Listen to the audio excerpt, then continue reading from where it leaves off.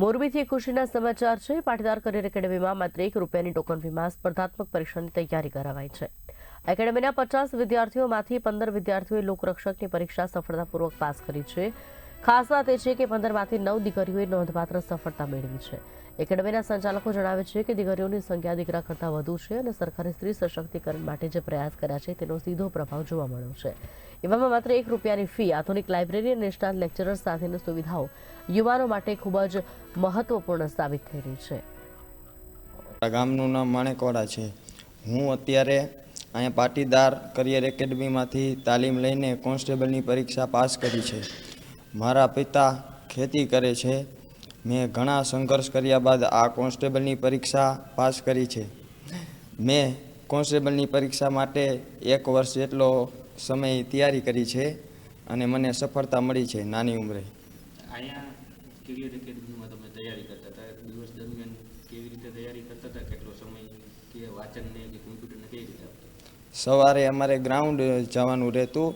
ગ્રાઉન્ડેથી ઘરે ફ્રેશ થઈને તરત એકેડમી આવવાનું રહેતું અને એકેડમીએ બપોરે 12 વાગ્યા સુધી અહીંયા અભ્યાસ કરવાનો, રીડિંગ કરવાનું, લેક્ચર્સ આવતા. બપોરે જમી આવવાનું ઘરે અને જમીને પાછું રીડિંગમાં છે. હું હાલ અહીંયા પાટીદાર કરિયર એકેડમીમાં તાલીમ લઈ રહ્યો છું. તેમજ હું અહીંયા 6 મહિનાથી તાલીમ લઈ રહ્યો છું, જેમાં મને કોન્સ્ટેબલની મેં પરીક્ષા આપેલી, જેમાં મને સફળતા મળેલ છે.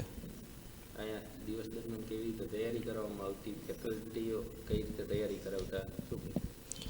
અમે રોજ સવારે પહેલાં તો રનિંગ કરતા, ત્યારબાદ ઘરે જઈ ફ્રેશ થઈ અને સવારથી જ કરિયર એકેડમીમાં લાઇબ્રેરીમાં વાંચન માટે આવી જતા. ત્યારબાદ બપોરના બ્રેક પડે ત્યારે ભોજન લંચ બ્રેક પડતો.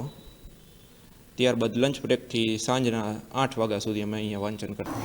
અહીંયા આપણે પાટીદાર સ્ટુડન્ટ્સને જ ખાલી એડમિશન્સ આપીએ છીએ. પાટીદાર વિદ્યાર્થીઓ માટેની સંસ્થા છે, એટલા માટે અહીંયા આપણે એડમિશન માટે એમને એક ઓનલાઈન રજિસ્ટ્રેશન કરવાનું હોય છે. એમના પછી એમના 2 ડોક્યુમેન્ટ્સ જરૂરી છે, આધાર કાર્ડ અને LC. એમના પછી એમને છે ને આપણે ડિપોઝિટ પેટે નાની અમાઉન્ટ લઈએ છીએ કે જે એમની 90% હાજરી હોય ને તેમને રિફંડ થઈ જાય છે. ત્યાર પછી આપણે અહીંયા ગુજરાત સરકાર દ્વારા લેવામાં આવતી બધી સ્પર્ધાત્મક પરીક્ષાની તૈયારીઓ કરાવીએ છીએ.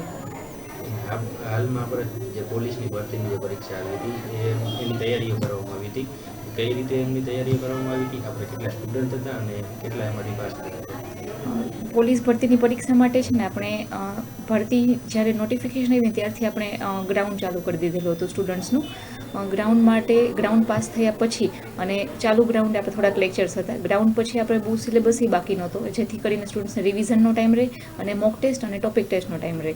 આપણે મોક ટેસ્ટ ટોપિક ટેસ્ટ દ્વારા એમને બધું ફૂલ